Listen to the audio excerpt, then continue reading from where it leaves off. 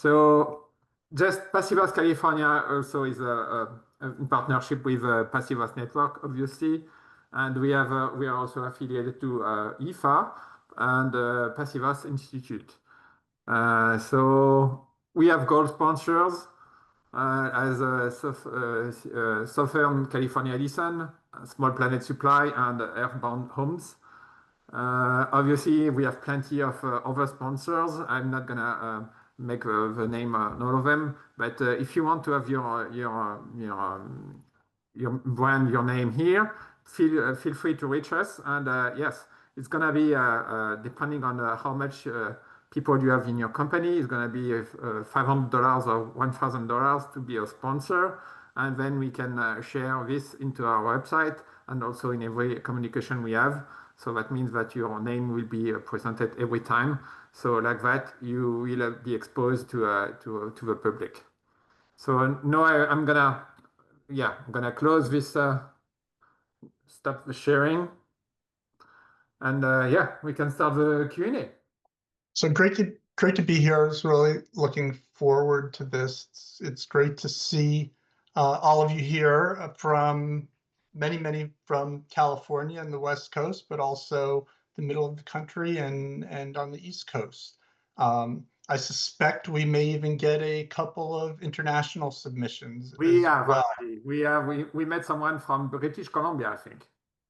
Oh, you're not muted, Cyril. Oh, there you go. So great to have you here for this discussion on competition and get to answer any and all questions that you have. And if we can't answer them here immediately, we'll be following up for sure. So just some brief notes. So as you, I think, are aware, the competition deadline is the 30th. And we recently announced that the awards ceremony will be held on the evening of November 4th at the AIA Los Angeles Center for Communities. And we're really excited about that partnership and being able to do it there. You know, it's not in the Palisades or in Altadena or Malibu, or the areas that were directly affected, but I think we like to say it's rather centrally located and relatively inconvenient equally across the city. So if you are in the area or in town for Greenbuild, which starts the next day formally, we'd love to have you there, and certainly have you there as award winners. We're happy to work on this, of course, with Passivhaus California, and we have a growing number of community partners associated with the competition. I also want to briefly note that this is part of a larger effort. It's not sort of a one-off. We were just talking in the breakout room a few moments ago how our efforts around fire resilience really began several years ago with the Marshall Fire in Colorado, and working with the communities there, with the professionals, with industry and governments around fire resilient design. And we held our conference in Denver a couple of years after the fire, and it really spurred what has been a continuous effort. And obviously, since the Los Angeles fires at the beginning of this year, it's really picked up in terms of our effort. The Climate Disaster Support Committee is one of the iterations of this effort. It is open to all who are interested. It's part of our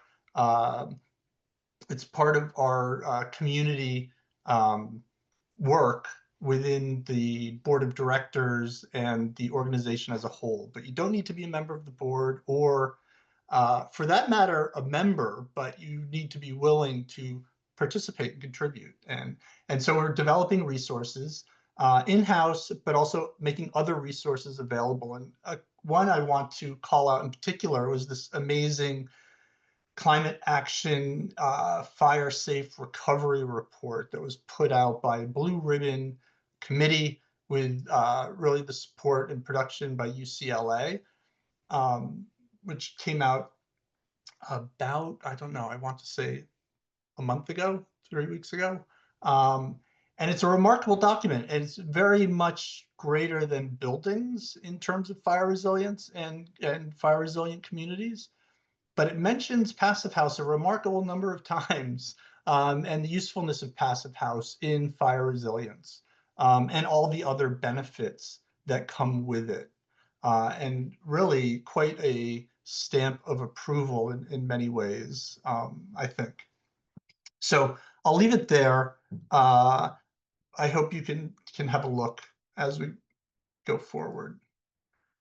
So for the competition itself, we wanted, there's so many agendas when you talk about resilient communities and in the aftermath of such a devastating fire where you most literally have a blank slate in many ways. There are lots of things that we could be tackling and everything, but we really wanted to explore the idea in the most straightforward way of single family home in residential neighborhoods that were so tragically affected, and approaching it with the Passive House methodology and all the benefits that come with it, but also retain the vibrancy of the community within a single family context. I think, not to go too far afield, but one of the things in other aspects of what we've done as an organization is really lean into affordable housing and multifamily housing and the need for housing. And we understand that ADUs are part of that, but we're really constrained ourselves to speak to the single family context. I think part of it, a number of questions that came out of the early days of the competition around specifics around zoning, around fire resilience and codes and whatnot. And the interest, I should say, and this maybe isn't the most helpful explanation, but is to make entries and have submissions that can be brought to that state of buildability and approval, pre-approval, and being able to be realized in the real world. We understand that the submissions won't be fully realized, and they may miss a mark here or there, but we don't want to be too rigid. We want people to explore. We want people to innovate and inspire others in going forward. And the intent is for all the entries that reasonably hit all the marks and are basically qualified to be in the running to win it are included in a catalog. So we'll, of course, feature the winners, but have a much fuller catalog of a wide range of submissions. So there is that opportunity. And I know we're getting indications from a number of areas outside of the immediate competition to see entries that will be able to move towards a pre-approval and be actually constructed going forward. So this is really the intent of it. We have some basic design parameters, and really the lead parameters are the size of the lot, the number of bedrooms. It needs to be Passive House certifiable in terms of the design. We're not asking for any kind of stamp of approval. It's based on the energy models that are provided. But are stylistically, hopefully we'll get a fair amount of variation. We're not requiring a quota of this many Spanish colonial or that many craftsman houses, or, if we get all mid-century modern or contemporary, so be it. But the idea is that we want to open it up and hopefully demonstrate a bit of that vibrancy architecturally and in terms of the context. The submission requirements are quite simple in terms of it being fundamentally boiling down to a single board, and the composition of some basic drawings to that, and section drawings accompanied with a narrative describing the effort. We are looking for energy models. So that's where the rubber hits the road with Passive House. And it's important that we do that. There may be full of placeholders. They may be, very much a schematic or design development type of energy model. And depending on your experience and what you're able to produce, they're going to be of varying qualities. But we do want to see that effort in being able to put that together.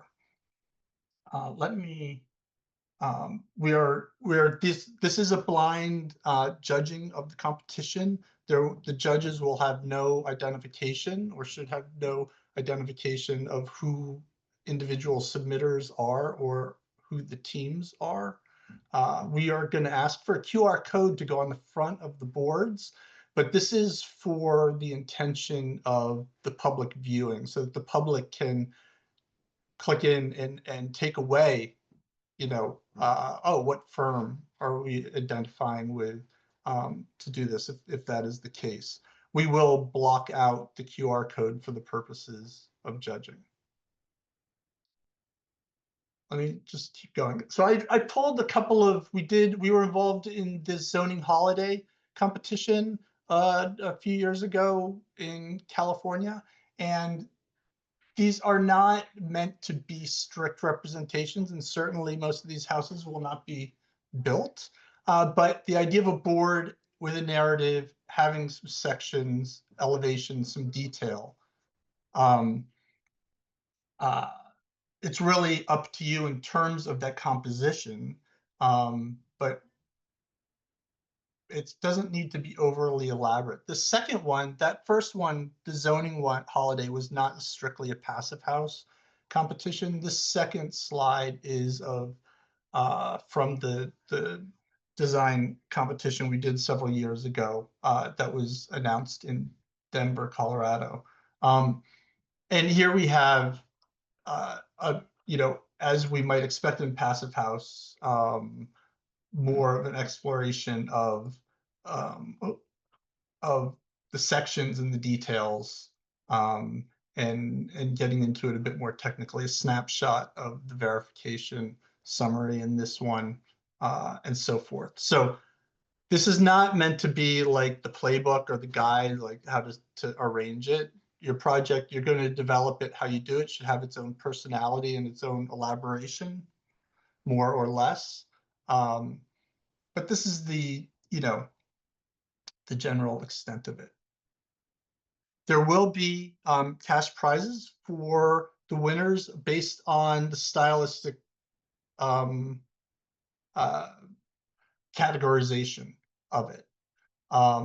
There will be other prizes as well, and I should say there are likely to be more prizes available, and things are in development on that front. Hopefully we'll be able to announce that before the submission deadline, but we're not at liberty to do that at this time. A special one, it's tough for a California competition perhaps to have a free hotel stay in Connecticut at Hotel Marcel, but there you have it. And we're looking to other aspects as well.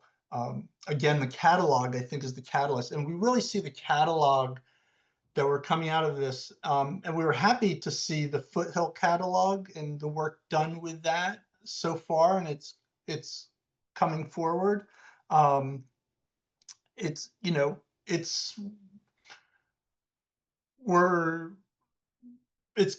kind of on a different trajectory in a way, but I hope that they're very complementary, and we look to seeing how we can cross support and make sure that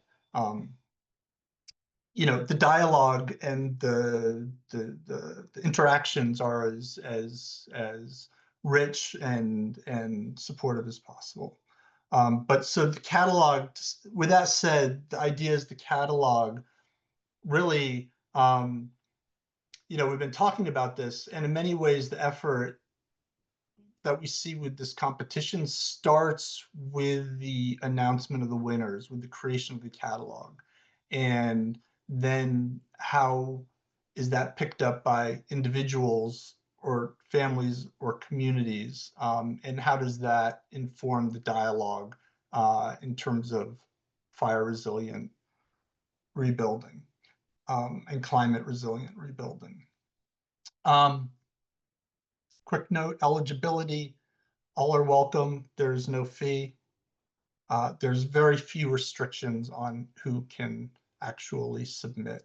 The jury is to be announced. The jury is still to be announced. We are in the process of putting it together. I will say it's going to be a broad spectrum of people, some within the industry, a couple of like serious passive house experts.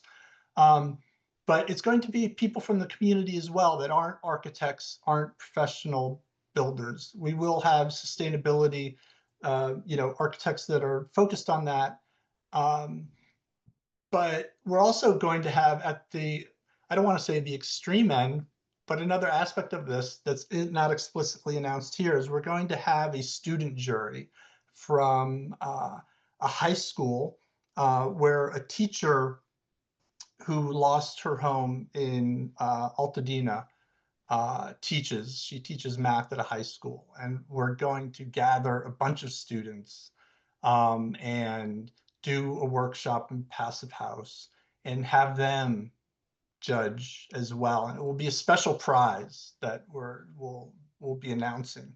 And so I think with the students, although they will be fortified with some Passive House knowledge and others, I think the judging is going to be as much about like, is this a place I could see myself living in? Is this like what I want to see with my neighborhood and our community? Of course, it's a big goal in terms of Passive House to be able to deliver that performance and that resilience. And we love it when we see it, when you can't tell the difference between this house or that house being a Passive House, that you are getting it there. All right. We did a series of clarifications based on questions, and which were great to get. It's a little awkward because we don't know everybody who's entering the competition. There's no like pre-registration. So in terms of getting the word out, this is one of the efforts to do that. But in terms of buildability, we want them to be believable and to be able to move towards that buildability. The more realized, the better, of course. And I know there's interest in several conversations about having that pathway towards pre-approved plans, quote unquote pre-approved plans for customization. Location orientation are not fixed. The bedroom count is 3 or 4. Shading should be not exaggerated one way or another, typical kind of context that you would see there. There was a number of questions regarding zoning and parking. And it can go a number of different ways. And certainly if you're placing the home in the Palisades versus Altadena, it's going to be slightly different. And if your approach to the lot is from the back or the front or the side, it could be significantly different. We're not judging based on the zoning. We want you to pick the way you'd like to approach it and follow that internal logic. Yeah, it's not, we're not taking a measuring tape to every square inch of it. But we do want some, some conscientious recognition or in how folks are approaching it. These are not spaceships landing on the moon. ADUs were not part of this at all, but of course, affordability and in terms of further housing, certainly if one were to be, the location of one to be placed as part of the consideration for the design, I'm not saying that's not going to necessarily sway things one way or another, but it certainly is a reality. We recognize that. Finally, on the submission and modeling clarifications, no professional qualifications are required. Really it's self-filtering in terms of knowledge about passive house and the energy modeling and who you may have on your team to be able to do that. The criteria is Passive House Classic. We decided not to do low energy building as an option. Like Southern California is easy enough. We don't need to make it easier in terms of that. The data sets, interestingly, there's no Pacific Palisades data set. There's no Altadena data set. There is a data set for Torrance, which I guess is southwest of downtown LA, which kind of has a similar relationship between ocean and mountains and city and has a similar data set, which is acceptable. And we actually just received the data set for Pasadena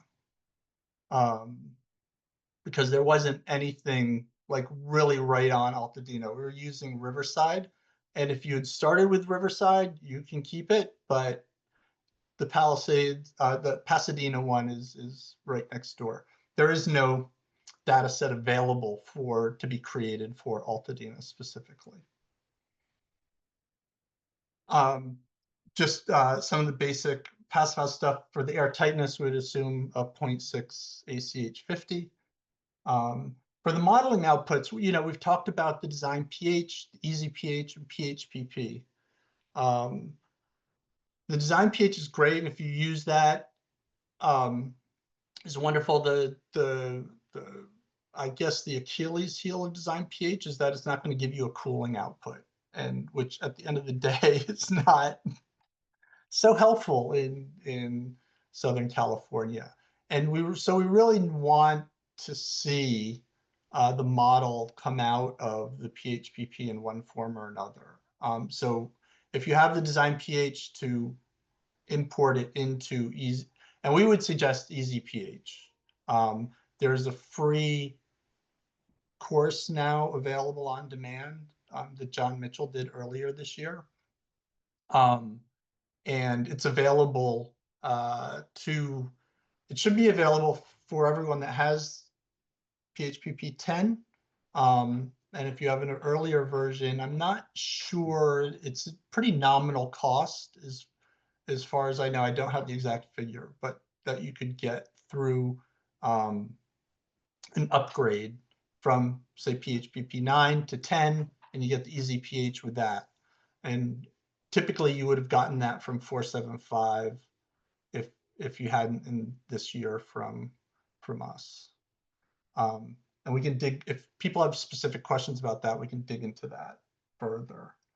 I would say, and this is my armchair recommendation, and maybe some of you on there have a different recommendation, like Graham or Steve or somebody. But if you're not proficient at design pH, I would just say do an easy pH as the simplest. It has the most defaults, predefined kind of parameters, and the least number of inputs required. There's no certification required, no design stage certification. It's based on your work and your submission. And we want to just make sure that there's no identifying um, uh, names or anything on the actual board that the jury is going to be looking at. So that is it. Sorry, that went on a little bit longer than I'd hoped. I'm thinking we have a number of questions and we could just go Yep, one at a time through these. It's going to be rapid fire, you guys, let's and do it. some repeat. So bear with us. And if I mess up something, just unmute and let us know. So, can you expand on the pre-approval goals, pathways, planning or building pre-approval, or both?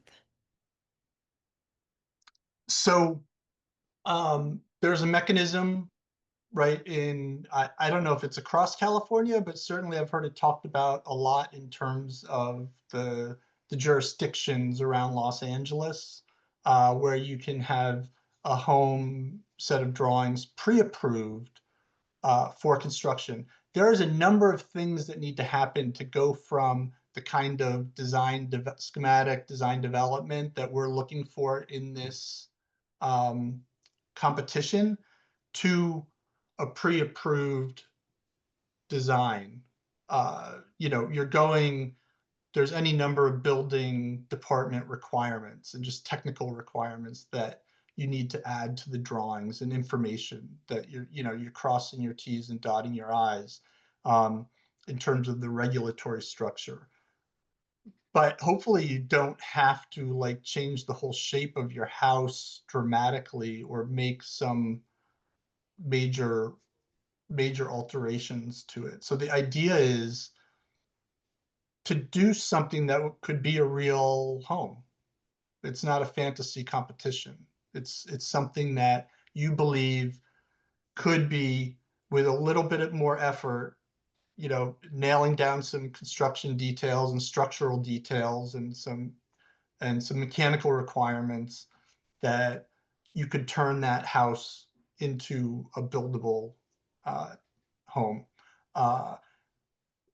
And from my understanding for the pre-approval process is that once you have a pre-approval, it's a situation where somebody could come, you could basically sell the plans to a number of people.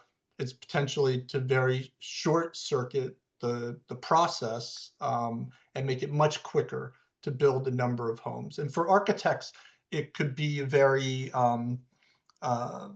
attractive in terms of having a design that could be pre-approved across a few jurisdictions and be available to be used and sold as a design product to a number of people.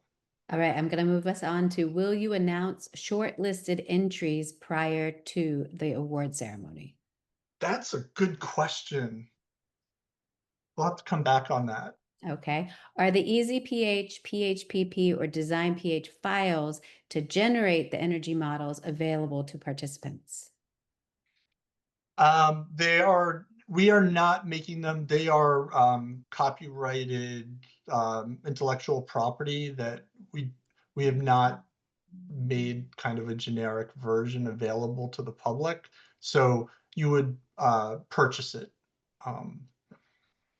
Yeah, or work with access. someone who has it that Yeah. help them. Okay, are you looking for a full building section or wall section? Yes. Okay. We'll start with the wall. Let's start with the wall and the window install. And if we can get that wall to the floor and show that joint, that would be great. And get that wall to the roof and show that joint, that would be good too. So as far as you can take it around, and I think there was one, I'm still sharing, aren't I? Mm-hmm. Like here, I mean, this is fairly elaborate, but also kind of simple in a way, showing that assembly. And it's giving you, it's not telling the whole story by any means, but it's giving you an indication of how they're tackling that house.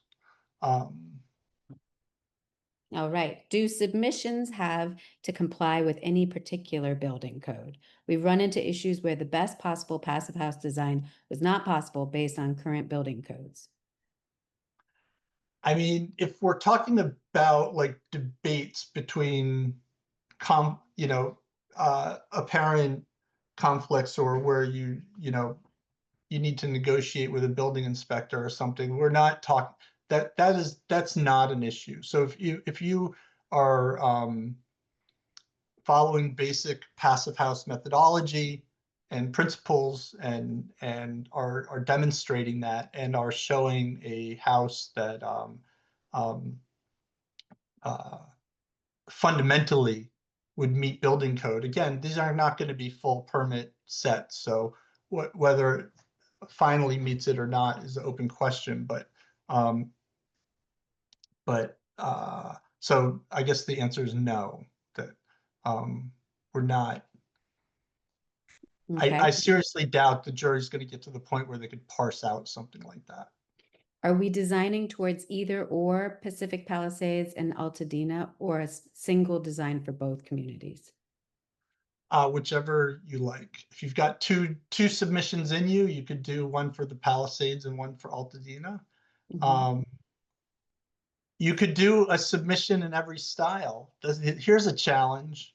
Design a house that you could then um, put the different dresses on it, so to speak, the different suits. That'd be awesome. So are the zoning codes absolute regarding materials and colors? I see language regarding no polished metal or roll formed metal. Does this mean no metal roofs? I mean, that's going to be, I don't think we're going to be judging based on that level of interpretation of the code. At the end of the day, if a material of the roofing needed to change, that's not going to change the passive house aspect of it necessarily. And the fire resilience is going to drive it, and aesthetics, and what could be happening. I mean, I think that's where we're going from. Okay, this is the design, and then what will we need for pre-approved drawings for actual buildability? And there may be a number of decisions that, for one reason or another, maybe the submitter just wasn't aware of them, or just decided not to follow it. Isn't in compliance with the regulation, but that won't be disqualifying. Okay. The design we are working on is Spanish colonial / modern. If the jury thinks it's too modern, will they consider it as contemporary, or will it be disqualified? Well, we're asking for the submitters to self-identify what it is. So I'm So gonna have to pick. you take your best shot. Are there resources for the different styles? Why are prizes different for different styles? The prizes were different. I guess this is just the idea of the architects are going to bring in a lot of contemporary and modern stuff.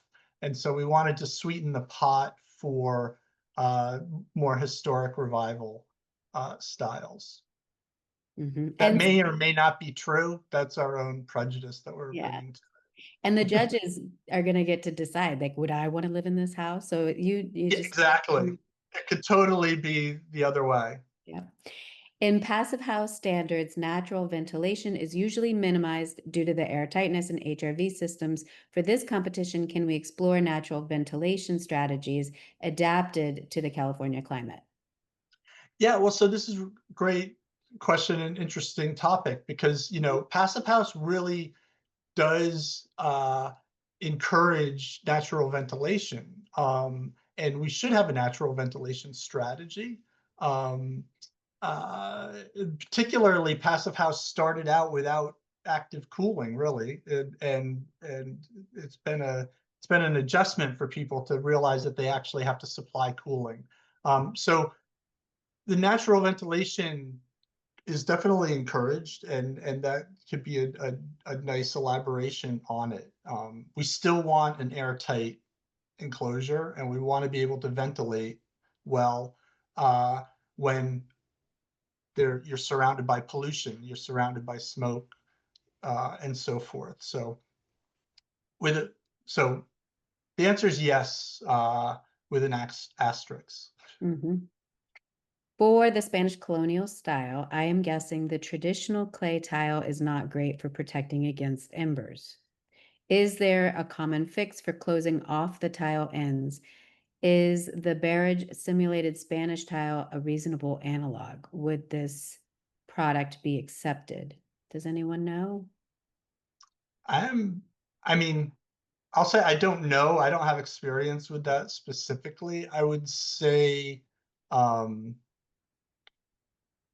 have to believe that you could be able to do a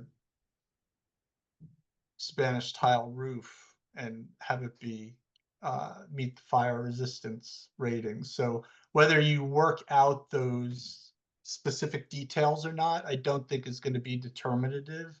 I think a number of issues could be handled in the narrative, frankly, where you're describing the intent and what you expect to get out of the performance. And you're not going to have the time to work out all the details. So really intent is going to matter a lot, and to let the jury know what your intent is. And if there's anyone on this call, maybe not submitting, but even if you are, that has a lot of information on those kind of details that really make craftsmen or really make Spanish colonial, that would meet this these wooey areas and meet, passive house, let us know. You could drop your email. Maybe people could just send you a couple of questions about materials, because I know that we're all specifying stuff constantly, and if there's any way that you're willing to help out your competition here, please volunteer. So does submitting for this competition imply any transfer of ownership of the design to PHN? Do you plan to use these designs for anything other than publish the catalog? No.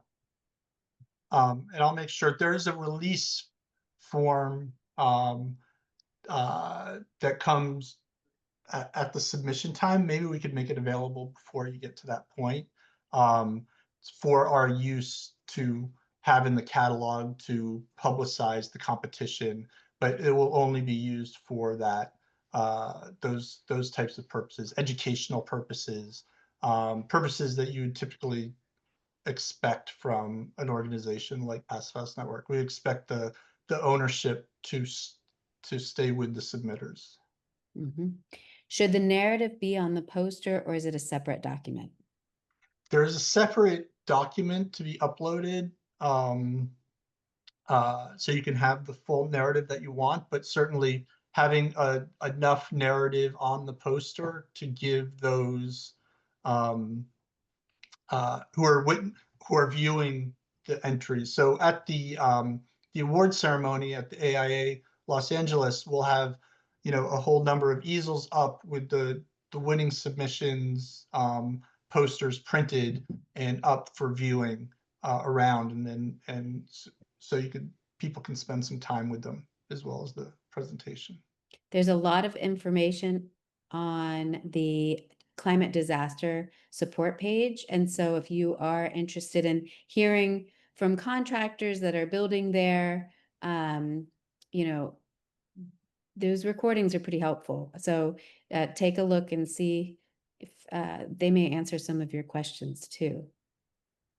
So are we responsible for supplying a physical poster, or do we only submit the PDF? You only submit the PDF. It will only be an electronic submission. It's an upload to a Google form. One more quick question if we have time, if you can hear me. Yeah. Yep. And keep thinking about resource efficiency. Are low embodied carbon strategies something that you might consider as a plus? Certainly, including that will I have to expect will be considered. It is not a bottom line evaluation at this point, because we didn't want to throw in the kitchen sink, so to speak.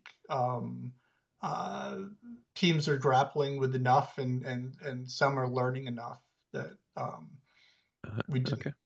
we wanted to keep it as simple as possible. But by all means, I mean, passive house folks are want to see low embodied carbon and less toxic environment. Okay, thank you.